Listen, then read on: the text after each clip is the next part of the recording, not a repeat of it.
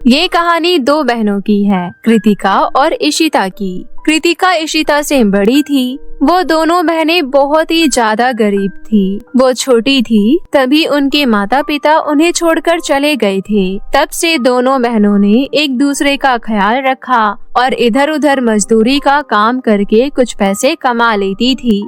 उन्हीं पैसों से उन दोनों बहनों का पेट भर रहा था। बड़ी बहन कृतिका गणेश जी की परम भक्त थी। वो गणेश जी को बहुत मानती थी।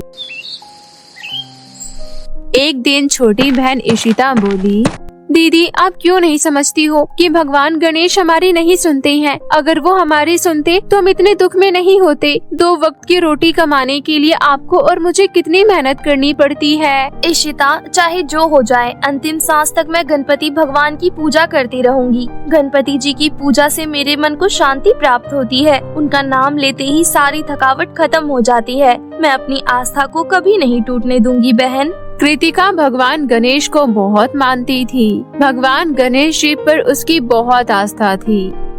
एक शाम घर में बिल्कुल राशन नहीं था। तब इशिता ने कहा, अब बताओ दीदी खाने में क्या बनाऊं? घर में अनाज का एक दाना भी नहीं है। 3 दिन से हमें कोई काम नहीं मिला है। 2 दिन हमने एक ही सब्जी में गुजार दी। अब तो घर में वो भी नहीं है। अब हम क्या खाएंगे? इशिता, मैं कल सुबह काम ढूंढने की कोशिश करूंगी। कहीं न कहीं मजदूरी का काम मिल ही जाएगा। केवल आज की बात है, हम दोनों पानी पीकर सो जाते हैं। पानी पीकर कृतिका भगवान गणेश का ध्यान करके सो जाती है। रात को कृतिका के सपने में गणेश जी आती हैं और कहती हैं, कृतिका तुम मेरी बहुत भक्ति करती हो। तुम मेरी परम भक्त हो, इसलिए मैं 10 दिन के लिए तुम्हारे घर आना चाहता हूँ। इस गणेश चतुर्थी को तुम मेरी मूर्ति अपने घर में 10 दिनों तक रखना और मेरा विसर्जन करना। फिर तुम्हारे सारे दुख दूर हो जाएंगे। तुम्हारे सारे विघ्न मैं हर लूंगा। अगले दिन कृतिका सोकर उठी और अपने सपने के बारे में सोचती रही। तभी इशिता ने उससे पूछा, क्या बात है दीदी, तुम इतनी चिंता में क्यों हो? बहन, कल रात मेरे सपने में गणेश भगवान आए थे। उन्होंने कहा कि आने वाली गणेश चतुर्थी पर मैं उनकी मूर्ति घर लेकर आऊं और उनकी सेवा करूं, तो हमारी गरीबी के दिन दूर हो जाएंगे। आप भी ना दीदी सपने की बात पर विश्वास कर लेती हो। पैसे कहाँ से लाएंगे हम? गणेश जी की प्रतिमा तो आप ले आएंगी। पूजन का सामान और भी तो बहुत सारी चीजें चाहिए। देख बहन, मैं अपने गजानन की आज्ञा को नहीं टालूंगी। वो अपने आप मेरी इस कार्य में सहायता करेंगे। ये कहकर कृतिका घर से काम की तलाश में निकल गई। उसने 1-2 जगह मजदूरी का काम किया, जिसके बदले में उसे 100 रुपए मिल गए। थोड़ी देर में शाम हो गई, इसलिए कृतिका अपने घर की तरफ चल पड़ी। चलते चलते खुद से ही बातें करने लगी। हे गणपति भगवान, आपका बहुत बहुत शुक्रिया। आपकी कृपा से आज मेरी 100 रुपए की कमाई हो गई। अब मैं कल आपकी प्रतिमा स्थापित करूंगी। ऐसा कहते हुए कृतिका चल रही थी। तभी उसे एक छोटा सा बच्चा जख्मी अवस्था में दिखाई दिया। अरे, तुम्हें क्या हुआ? तुम्हारे पैरों से खून क्यों निकल रहा है? दीदी, अचानक से ठोकर लगी और मैं गड्ढे में गिर गया। लेकिन तुम अकेले यहाँ कर क्या रहे थे? तुम्हारे मम्मी पापा कहाँ हैं? दीदी, मेरा इस दुनिया में सिर्फ भगवान है और कोई नहीं है। मैं अनाथ हूँ दीदी। तुम चिंता मत करो, मेरे कंधे के सहारे से उठो और मेरे साथ मेरे घर चलो। कृतिका उस जख्मी बच्चे को घर ले आती है। दीदी, ये बच्चा कौन है और ये जख्मी हालत में क्यों है? गड्ढे में गिर गया था बेचारा, इसलिए इसके पैर में चोट लग गई। इसका इस दुनिया में कोई नहीं है, इसलिए मैं इसे अपने साथ घर ले आई। तुम जल्दी से गर्म पानी और हल्दी का लेप ले आओ। कृतिका उस बच्चे के पैर में पट्टी बांध देती है और उसकी खूब सेवा करती है। दीदी, आपका बहुत बहुत शुक्रिया। आप दोनों ने मिलकर मेरी बहुत सेवा की है। अब मैं चलता हूँ। नहीं नहीं, अभी तुम्हारी चोट कच्ची है। तुम कुछ दिन यहीं आराम करो। कृतिका की ये बात सुनकर इशिता उसके कान में धीरे से कहती है, दीदी हम दोनों खुद रूखी सूखी खाते हैं, हम इसे क्या खिलाएंगे? बेचारा बिना माँ बाप का बच्चा है और कुछ दिनों की तो बात है, कर लेंगे हम गुजारा। ऐसा कहकर कृतिका उस बच्चे से कहती है, तुम्हारा नाम क्या है भाई? मेरा नाम गणेश है। अरे वाह, तुम्हारा नाम तो बहुत अच्छा है। ये लो, तुम ये रोटी खा लो और आराम करो। कृतिका अपने हिस्से की रोटी गणेश को दे देती है। ये देखकर इशिता अपने प्लेट में से आधी रोटी तोड़कर कृतिका की प्लेट में डाल देती है। आपने तो अपने हिस्से की रोटी गणेश को दे दी, फिर भला मैं आपको कैसे भूखा रहने दे सकती हूँ। अगले दिन कृतिका गणेश चतुर्थी उत्सव के लिए गणेश जी की प्रतिमा स्थापित करती है और उनकी पूजा करती है। गणपति बप्पा मोरया, मंगल मूर्ति मोरया। गणेश, ये लो गणपति बप्पा का प्रसाद ले लो, मोदक। अरे वाह, मोदक, ये तो मेरा मन पसंदीदा है। गणेश 2 मोदक लेता है, एक मोदक खाता है और दूसरा एक पोटली में रख लेता है। कृतिका के पूछने पर वो कह देता है कि वो बाद में खाएगा। फिर कृतिका मजदूरी का काम ढूंढने के लिए जाती है। अब कृतिका को रोजाना कहीं न कहीं मजदूरी का काम मिल ही जाता था, जिससे कि वो रोजाना गणपति भगवान का प्रसाद ला पाती थी। देखते ही देखते 9 दिन बीत गए। अगले दिन विसर्जन था। गणेश भी अब पूरी तरह से ठीक हो गया था। दीदी, आपके लिए मैं एक अनजान बच्चा था, फिर भी आपने मेरा कितना ध्यान रखा। देखना दीदी, गणपति बप्पा आपकी सारी परेशानी खत्म कर देंगे।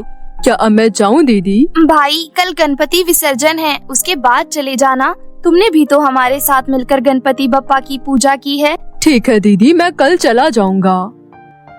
अगले दिन अपने श्रद्धा अनुसार कृतिका और इशिता गणेश विसर्जन की तैयारी करते हैं। इशिता, जल्दी चलो। गणेश, तुम भी चलो हमारे साथ, बप्पा का विसर्जन भी तो करना है। गणेश, मेरा हाथ पकड़ लेना, वहाँ बहुत भीड़ होती है। तीनों गणपति जी की मूर्ति लेकर विसर्जन के लिए नदी किनारे पहुँच जाते हैं। वहाँ सभी लोग गणपति बप्पा मोरिया कहकर गणपति जी का विसर्जन कर रहे थे। कृतिका भी नदी के अंदर थी। तब गणेश इशिता से कहता है, दीदी, मैं कृतिका दीदी के पास जा रहा हूँ। जाओ, लेकिन ध्यान रखना, बहुत भीड़ है आगे। गणेश भागता हुआ कृतिका के पास चला जाता है। थोड़ी देर बाद कृतिका वापस इशिता के पास आती है और कहती है, इशिता, सब कुछ बड़े अच्छे से हो गया, लेकिन गणेश कहाँ है? कहीं दिखाई नहीं दे रहा। दीदी, गणेश तो आपके पास जा रहा है, ऐसा कहकर आपके पास गया था। कृतिका और इशिता गणेश को बहुत ढूंढती है, लेकिन वो उन्हें नहीं मिलता। गणेश को याद करके दोनों बहुत दुखी होते हैं और घर आ जाते हैं। दीदी, गणेश कहाँ गया होगा? मुझे उससे बहुत लगाव हो गया था, बिल्कुल छोटे भाई जैसा था वो। हमारा कोई भाई नहीं है, भाई की तरह स्नेह मिलता था हमें उससे। उसके जाने का दुख तो मुझे भी है इशिता, लेकिन ये समझ लो कि वो 10 दिन का मेहमान बनकर आया था और अब चला गया। वो कल ही कह रहा था कि उसे जाना है, तो शायद आज वो चला गया होगा। इशिता पूजा स्थल के पास जाकर सामान बटोरने लगती है। तभी उसे वो पोटली नजर आती है, जिसमें गणेश रोजाना एक मोदक रख दिया करता था। दीदी, देखना तो, ये कैसी पोटली है? वो भी यहाँ रखी है जहाँ गणेश भगवान की प्रतिमा थी। ये तो गणेश की है। इसके अंदर मैं उसे मोदक रखते हुए देखती थी, कहता था बाद में खाऊंगा, शायद भूल गया। खोलकर देखना तो। इशिता पोटली खोलती है। दोनों बहनें देखकर हैरान हो जाती हैं कि उस पोटली के अंदर बहुत सारे सोने के मोदक रखे हुए हैं। ये कैसे हो सकता है? ये कैसी अद्भुत लीला है भगवान गणेश की। कृतिका और इशिता गणेश को लेकर सोच में पड़ जाते हैं। उसी रात गणपति जी कृतिका के सपने में आते हैं। कृतिका, तुमने 10 दिनों तक मेरी बहुत सेवा की है। तुमने मेरा ध्यान रखा। तुम बहुत साफ मन की इंसान हो। अब तुम्हें और इशिता को बिल्कुल भी चिंतित होने की आवश्यकता नहीं है। गणेश मेरा ही स्वरूप था, इसलिए मैं 10 दिन तुम्हारे घर रुककर वापस आ गया। अगली सुबह कृतिका का सपना टूट जाता है। वो सारी बात अपनी छोटी बहन को बताती है। इशिता को भी अब भगवान गणेश पर सच्ची आस्था हो गई थी। गणपति बप्पा की कृपा से कृतिका की सारी परेशानियां दूर हो गई थी। उन दोनों ने मिलकर अपना कारोबार खोला और उनका कारोबार खूब चला। और अब वो दोनों बहनें गणपति भगवान का पूजन करते हुए अपना जीवन खुशी खुशी व्यतीत करने लगी और हर गणेश चतुर्थी पर गरीबों को भोजन कराने लगी। बहुत समय पहले की बात है। रिद्धि अपनी जेठानी श्वेता के साथ रहा करती थी। रिद्धि की जेठानी श्वेता दिखने में बहुत ही ज्यादा खूबसूरत थी। उसकी खूबसूरती पर उसका गोरापन 4 चांद लगा देता था। इसलिए रिद्धि की सास सुमित्रा और उसकी नंद पंखुड़ी भी केवल श्वेता से ही प्यार करते थे और हर कोई रिद्धि को धुतकारता था। और इसका कारण ये था कि रिद्धि का रंग बहुत सांवला था। और उसके चेहरे पर कई तरह के दाग धब्बे थे, इसलिए उसके ससुराल में कोई भी उसे पसंद नहीं करता था और सुमित्रा तो रिद्धि से नफरत करती थी, इसलिए सारे घर के काम अकेले रिद्धि को ही करने पड़ते थे। वो सुबह से लेकर शाम तक बस काम में ही लगी रहती थी और इसके बावजूद भी उसे हर छोटी छोटी बात पर ताने मिल जाया करते थे। ऐसे ही एक दिन, माँ जी, आज मैंने बहुत सारे कपड़े धोए थे, जिस वजह से मेरी कमर में बहुत तेज दर्द हो रहा है। क्या आप प्लीज आज जेठानी जी को बोल सकती हैं कि वो आज का खाना बना दे? मैं सच में उन्हें खाना बनाने के लिए नहीं कहती, पर मेरी कमर में इतना दर्द हो रहा है कि मुझसे खड़ा भी नहीं हुआ जा रहा। खुद तो तू एकदम कोयले जैसी काली है और मेरी खूबसूरत बहू को रसोई में काम करवाकर उसे भी तू काला बनाना चाहती है। अरे मैं नहीं जानती कैसे काम करेगी, पर रसोई का काम तो तू ही करेगी। और हाँ, थोड़ी देर में मेरे दोनों बेटे आने वाले हैं, इसलिए जल्दी से खाना बना। बेचारी रिद्धि को दुख हो चाहे सुख, हमेशा ही काम करना पड़ता था। उसके साथ कभी भी बहू या बेटी वाला व्यवहार नहीं होता था। हर कोई उसके साथ नौकरानियों जैसा व्यवहार करता था, परंतु रिद्धि सब कुछ चुपचाप सह लिया करती थी। समय इसी तरह बीत रहा था। क्योंकि अब पंखुड़ी शादी लायक हो चुकी थी, इसलिए उसकी शादी तय कर दी जाती है। मुहूर्त पास का ही निकाला जाता है। सब लोग शादी की तैयारियों में लगे होते हैं, अलग अलग तरह के गहने और कपड़ों की शॉपिंग कर रहे होते हैं। तभी एक दिन रिद्धि सुमित्रा से कहती है, माँ जी, कुछ ही दिनों में पंखुड़ी की शादी है, कृपया करके मुझे भी एक अच्छी सी साड़ी दिला दीजिए। मेरी सारी साड़ियाँ पुरानी हो चुकी है, कृपया करके मुझे भी एक अच्छी सी साड़ी दिला दीजिए। शक्ल देखी है तूने अपनी? तू चाहे जो भी पहन ले, लगेगी तू बदसूरत ही। माँ जी, नई साड़ी लेकर कोई पैसे बर्बाद करने की जरूरत नहीं है। मेरे पास बहुत सारी पुरानी साड़ी पड़ी है, मैं उनमें से ही से एक दे दूंगी। वैसे भी लोग इसे देखने नहीं आ रहे हैं। सच में बहू, तू खूबसूरत होने के साथ साथ बहुत ज्यादा समझदार भी है। और हाँ रिद्धि, श्वेता बिल्कुल सही कह रही है। वैसे भी तुझ पर कोई ध्यान नहीं देने वाला, इसलिए श्वेता जो पुरानी साड़ी देगी उसे ही पहन लेना। वैसे तो ताने मस्के रिद्धि को हर रोज ही सुनने को मिलते थे, परंतु अब उसके साथ इतना बुरा व्यवहार हो रहा था कि हर रोज उसकी आंखों से आंसू बहते थे। ससुराल में आने के बाद उसे आज तक एक भी नया कपड़ा नहीं दिलाया गया था। उसे अपनी शादी में जितनी साड़ियाँ मिली थी, आज भी वो उन्हीं साड़ियों का इस्तेमाल कर रही थी। समय इसी तरह से बीत रहा था। एक दिन पंखुड़ी की कुछ सहेलियाँ उसके घर पर आती हैं। क्योंकि घर का सारा खाना रिद्धि ही बनाती थी, इसलिए पंखुड़ी की सहेलियों के लिए भी नाश्ता और अलग अलग तरह के पकवान भी रिद्धि ने ही बनाए थे और उन्हें ले जाकर टेबल पर सजा दिया। जैसे ही पंखुड़ी की सहेलियाँ रिद्धि को देखती हैं, तो कहती हैं, हे भगवान पंखुड़ी, तूने कैसी नौकरानी रख रखी है? ये कितनी काली है, कोई अचानक देखे तो डर ही जाए। हाँ, ये बिल्कुल ठीक कह रही है। वैसे ही तेरी नौकरानी ही है ना? वो बात ये है कि रहने दे पंखुड़ी, अब और छुपाने की जरूरत नहीं है। तेरी पीछे वाली दीवार पर तेरी फैमिली फोटो लगी हुई है। तेरी बड़ी भाभी से तो हम मिल चुके हैं, मतलब कि ये तेरी छोटी भाभी है। हाँ, ये मेरी छोटी भाभी है।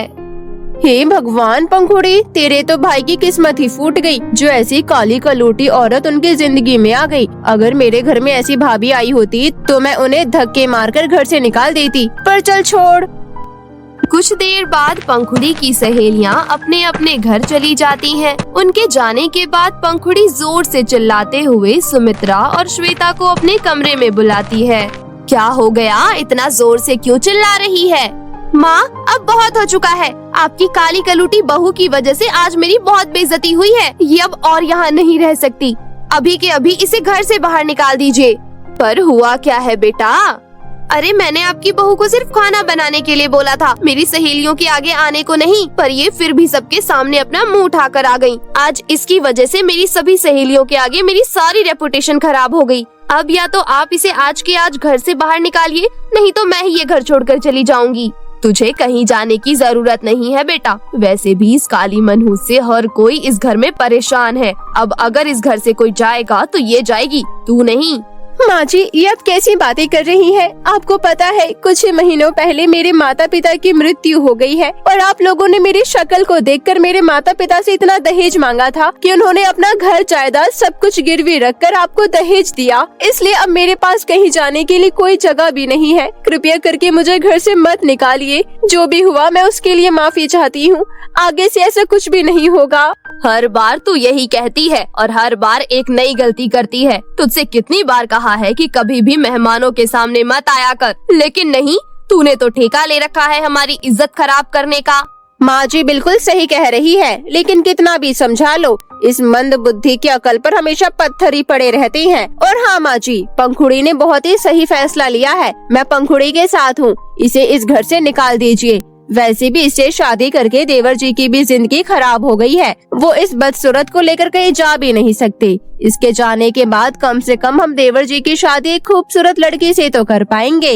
हाँ श्वेता बहू, तू बिल्कुल सही कह रही है। सुन रिद्धि, अभी के अभी इस घर से निकल जा और वापस यहाँ कभी अपनी शक्ल मत दिखाना। बेचारी रिद्धि अपनी सास और जेठानी के आगे खूब गिड़गिड़ाती है, परंतु कोई उसकी एक नहीं सुनता और उसे धक्के मारकर घर से निकाल देते हैं। बेचारी रिद्धि रोते बिलखते हुए जंगल की तरफ चलने लगती है और वहीं एक पेड़ के नीचे जाकर बैठ जाती है। माँ पापा, मैंने आप लोगों से पहले ही कहा था मेरी शादी मत करवाइए। इस दुनिया में सभी की सोच बहुत छोटी है। ये लोग अंदरूनी खूबसूरती से ज्यादा चेहरे का रंग, चेहरे की खूबसूरती ज्यादा पसंद करते हैं। पर आप लोगों ने मेरी एक नहीं सुनी और अपना सब कुछ बेचकर मेरी शादी करवा दी। देखिए आखिर क्या अंजाम हुआ। काश भगवान मुझे भी आपके पास बुला लेता तो आज मुझे ये दिन देखना नहीं पड़ता। ऐसा कहकर रिद्धि काफी देर तक रोती रहती है। तभी रिद्धि आसपास नजर घुमाती है तो उसकी नजर पेड़ के पीछे से आ रही रोशनी की ओर जाती है। ये रोशनी किस चीज की है?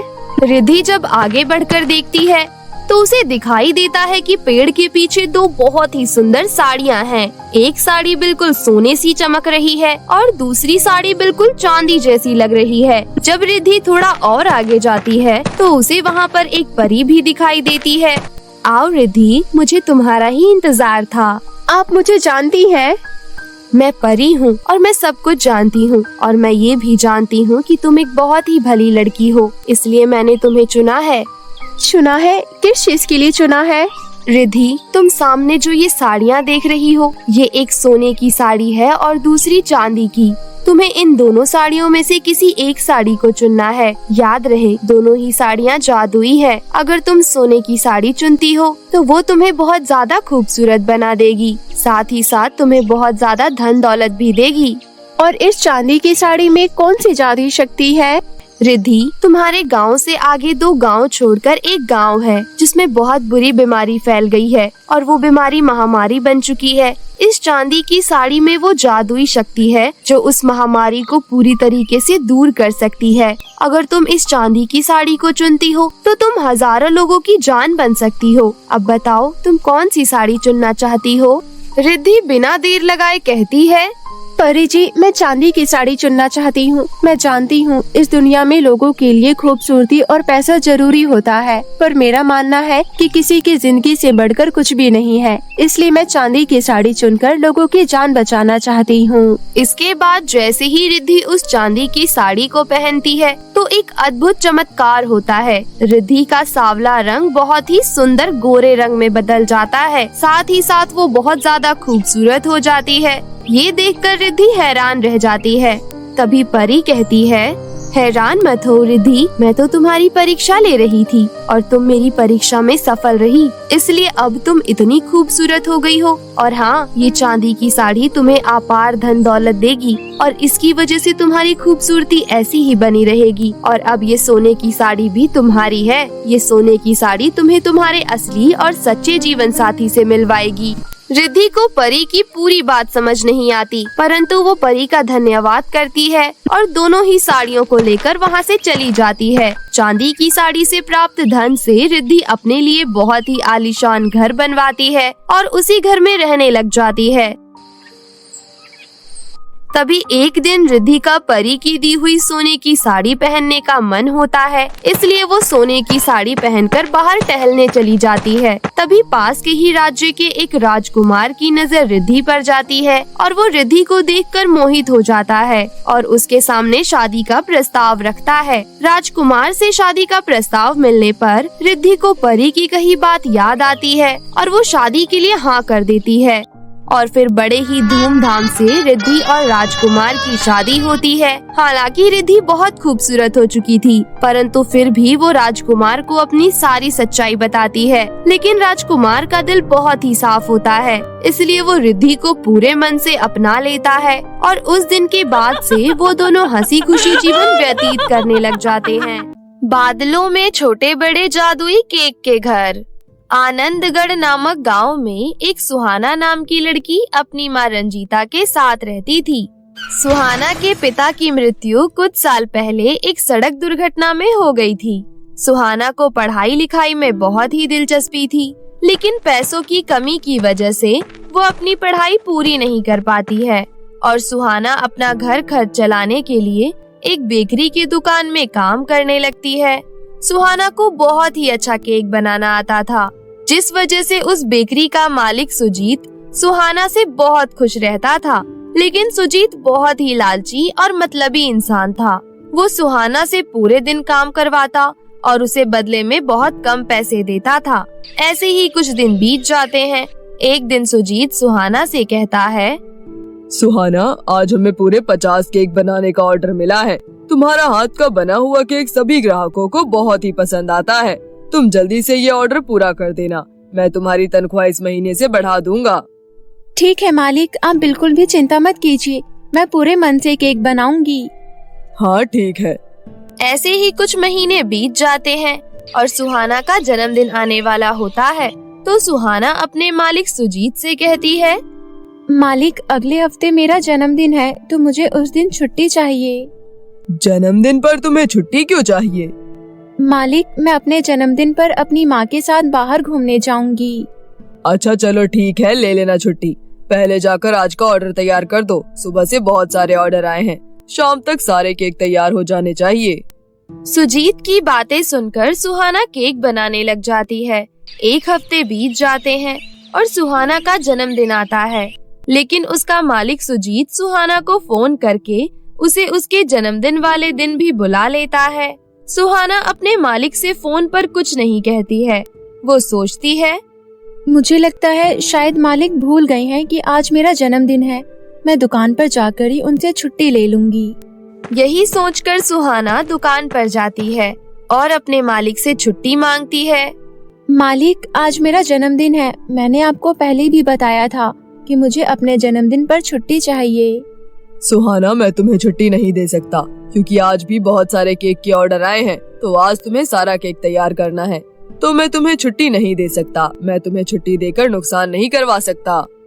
लेकिन मालिक, आज मेरा जन्मदिन है, आज मैं काम नहीं करना चाहती। प्लीज मुझे आज छुट्टी दे दीजिए। बस एक दिन की तो बात है, कल मैं जल्दी आकर सारा केक तैयार कर दूंगी। बिल्कुल नहीं, तुम्हें कोई छुट्टी नहीं मिल सकती। अगर तुम्हें आज छुट्टी दे दिया तो मेरा बहुत नुकसान हो जाएगा। इसकी भरपाई कौन करेगा? बोलो, क्या तुम करोगी?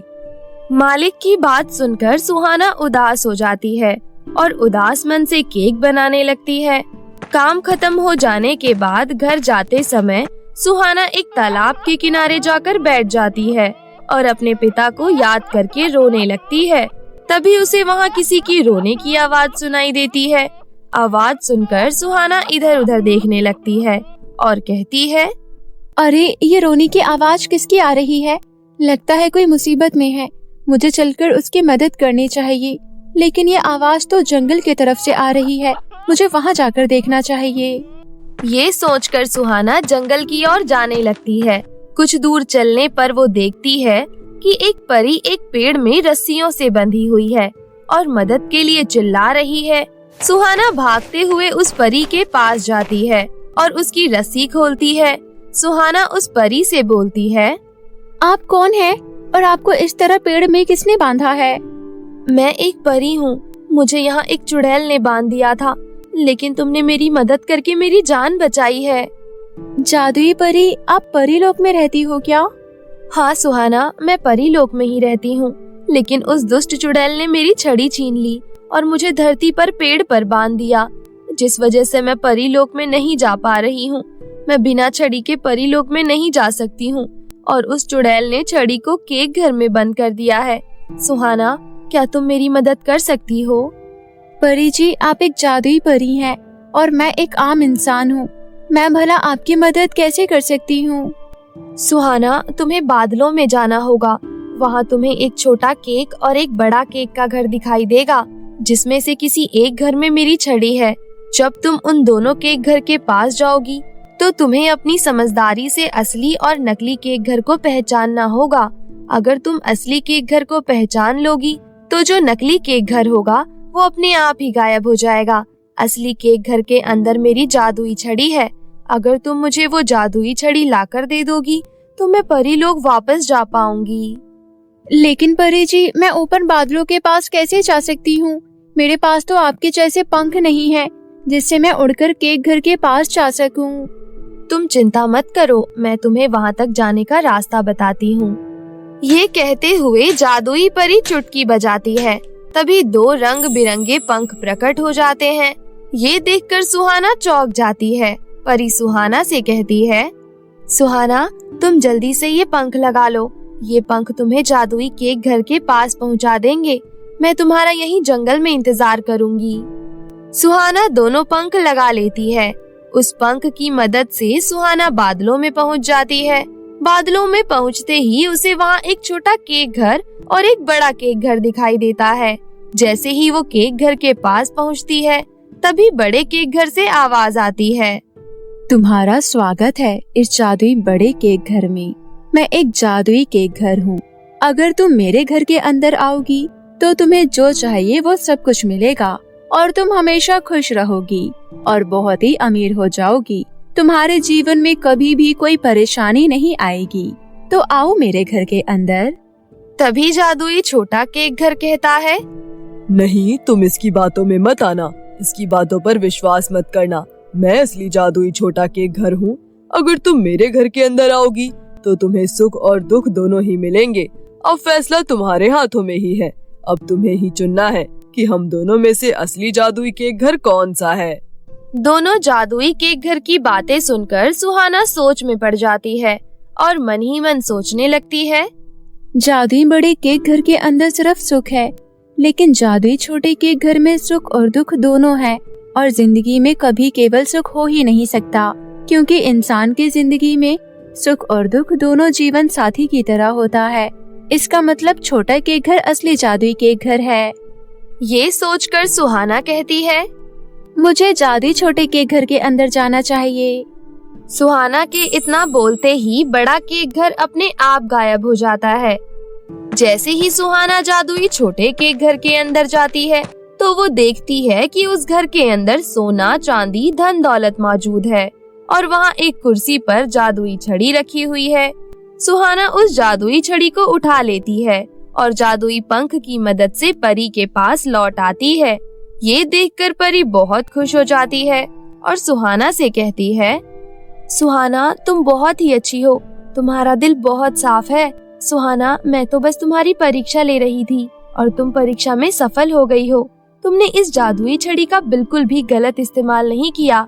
मुझे किसी चुड़ैल ने कैद नहीं किया था। मैं तो बस तुम्हारी परीक्षा ले रही थी और मैं परी लोक की जादुई परी हूँ। सुहाना, मुझे ये भी पता है कि आज तुम्हारा जन्मदिन है, इसलिए मैं तुम्हें एक जादुई छोटा केक घर गिफ्ट कर रही हूँ। ये कहने के बाद जादुई परी अपने जादुई छड़ी घुमाती है और वहाँ एक जादुई छोटा केक घर प्रकट हो जाता है। परी सुहाना से कहती है, सुहाना, अब ये जादुई छोटा केक घर तुम्हारा है। अब हर साल तुम अपना जन्मदिन खुशी खुशी मनाना और अब तुम्हें किसी दूसरे के यहाँ केक बनाने की कोई जरूरत नहीं है। इस जादुई छोटे केक घर की मदद से तुम अपना खुद का बेकरी खोल सकती हो। तुम अपना खुद का बिजनेस कर सकती हो। ये सुनकर सुहाना बहुत खुश हो जाती है और खुशी खुशी जादुई परी का धन्यवाद करती है और फिर सुहाना अपनी माँ को जादुई छोटे केक घर में लेकर जाती है। रंजीता जादुई छोटा केक घर देखकर बहुत खुश होती है। जादुई छोटे केक घर की मदद से सुहाना ने अपना खुद का केक का बेकरी खोल लिया। और कम से कम दामों में केक बेचने लगी और गरीब और अनाथ बच्चों को हर साल अपने जन्मदिन पर नए नए कपड़े और तरह तरह के गिफ्ट बांटती है। तभी एक दिन सुहाना की तरक्की देखकर उसका मालिक सुजीत को अपनी गलती का एहसास होता है और सुजीत सुहाना के पास जाता है और बोलता है, सुहाना बेटा, मुझे माफ कर दो, मैंने तुम्हारे साथ बहुत गलत किया। अरे कोई बात नहीं मालिक, आपको अपनी गलती का एहसास हो गया, ये बहुत अच्छी बात है। सुहाना की जिंदगी में अब खुशियाँ ही खुशियाँ थी। सुहाना खुशी खुशी अपनी माँ रंजीता के साथ जादुई घर में रहने लगी।